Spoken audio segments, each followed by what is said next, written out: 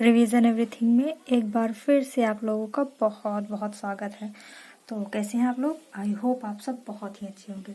देखिए, इसके पहले भारतीय संविधान हमने एक वीडियो बनाया था जिसमें हमने अनुच्छेद 1 से अनुच्छेद 4 तक देखा हुआ था।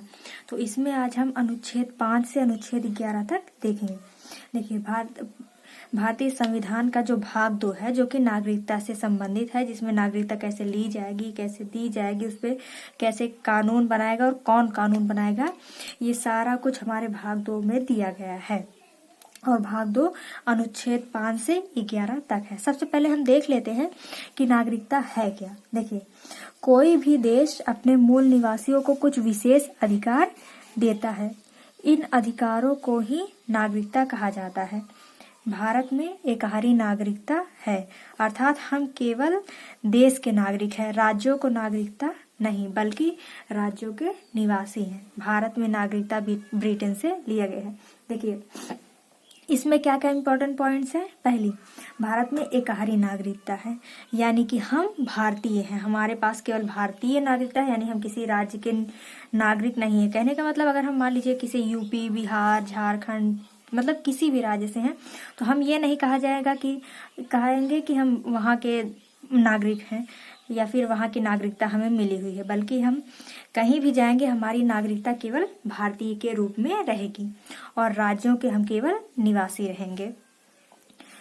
और फिर हमारा अगला पॉइंट है, भारत की नागरिकता 1950 के अधिनियम से 1950 के अधिनियम पर आधारित है और इसमें सबसे पहली बार संशोधन 1986 में किया गया था। देखिए, नागरिक होने के कारण ही हमें पैन कार्ड, आधार कार्ड वगैरह दिया जाता है।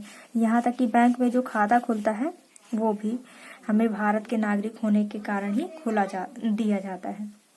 गैर नागरिकों को यह सुविधा उपलब्ध नहीं है। आई होप आपको ये दोनों पॉइंट समझ में आ गए होंगे। तो अब हम अनुच्छेद 5 से 11 तक पढ़ते हैं। तो देखिए, अनुच्छेद 5 में कहा गया है कि प्रारंभ में नागरिक, कहने का मतलब है कि ये जन्म के आधार पर है कि जो पहले से ही भारत में रह रहे हैं उन लोगों को नागरिकता प्रदान की जाएगी। जैसे कि जनरली हम लोग हैं, यानी हमें यह नागरिकता, भारतीय नागरिकता पीढ़ी दर पीढ़ी मिली हुई है।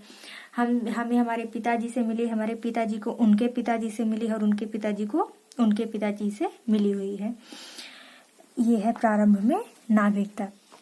उसके बाद है अनुच्छेद 6, जिसमें कहा गया है कि पाकिस्तान से भारत आए लोगों को नागरिकता, किंतु यदि वह संविधान बनने के बाद आएंगे तो उन्हें नागरिकता नहीं मिलेगी। देखिए, जब हमारा संविधान बन रहा था तो रिसेंटली ही हमारा देश आजाद हुआ था, तो उस वक्त सीमा पार से भारत से कुछ लोग पाकिस्तान भी जा रहे थे, पाकिस्तान से भारत भी आ रहे थे। तो मतलब सबसे बड़ी समस्या ये थी कि हम नागरिकता दे किन्हें, क्योंकि समझ में नहीं आ रहा था ना कि हम किन्हें अपना नागरिक बनाएं, किन्हें ना बनाएं। तो अनुच्छेद 6 में कहा गया है कि जो लोग पाकिस्तान से भारत आए हैं उन्हें नागरिकता दी जाएगी, किंतु संविधान बनने के पहले ही अगर वो आ गए हैं तभी। मान लीजिए संविधान बनने के बाद कोई पाकिस्तान से भारत आया तो उसे भारतीय नागरिकता नहीं दी जाएगी। अगर संविधान बनने के पहले ही वह भारत आ चुके हैं तो उन्हें भारतीय नागरिकता दी जाएगी। आई होप आपको 5 और 6 समझ में आ गया होगा। अब अनुच्छेद 7 देखिए। स्वतंत्रता के बाद भारत से पाकिस्तान चले गए ऐसे व्यक्ति जो संविधान बनने से पहले लौट आए हैं, यानी भारत लौट आए हैं, उन्हें नागरिकता दी जाएगी। देखिए, हमारे भारत से भी कई लोग पाकिस्तान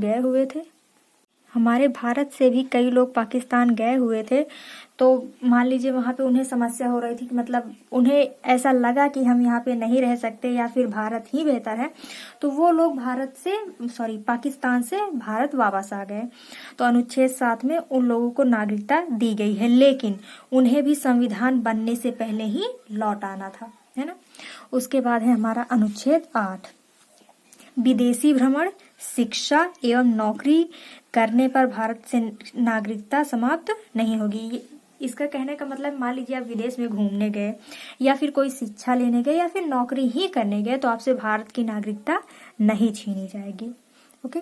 उसके बाद है हमारा अनुच्छेद 9, जिसमें कहा गया है कि विदेशी नागरिकता लेने पर भारत की नागरिकता समाप्त कर दी जाएगी। ये बहुत ही जरूरी है कि मान लीजिए आपकी नागरिकता कब छीनी जाएगी, जब आप दूसरे देश की नागरिकता ले लें तो स्वतः ही आपकी भारतीय नागरिकता चली जाएगी।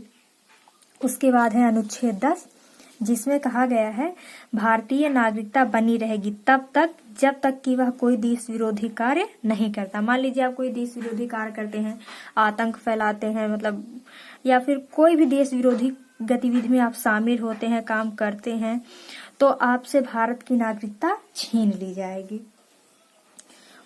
तो देखिए जो अनुच्छेद 9 और 10 है, इसमें बताया गया है कि आपसे भारत की नागरिकता किस तरह से छीना जाएगा।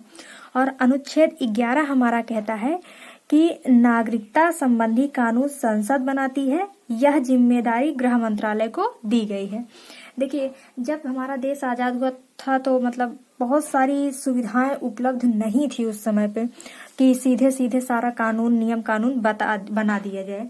इसीलिए कानून संबंधी सारे मतलब नागरिकता से संबंधित सारे कानून बनाने का अधिकार संसद को दिया गया है कि समय दर समय वो जिस प्रकार चाहे नियम कानून बना सकती है, वो भी संसद के कौन से मंत्रालय को, गृह मंत्रालय को।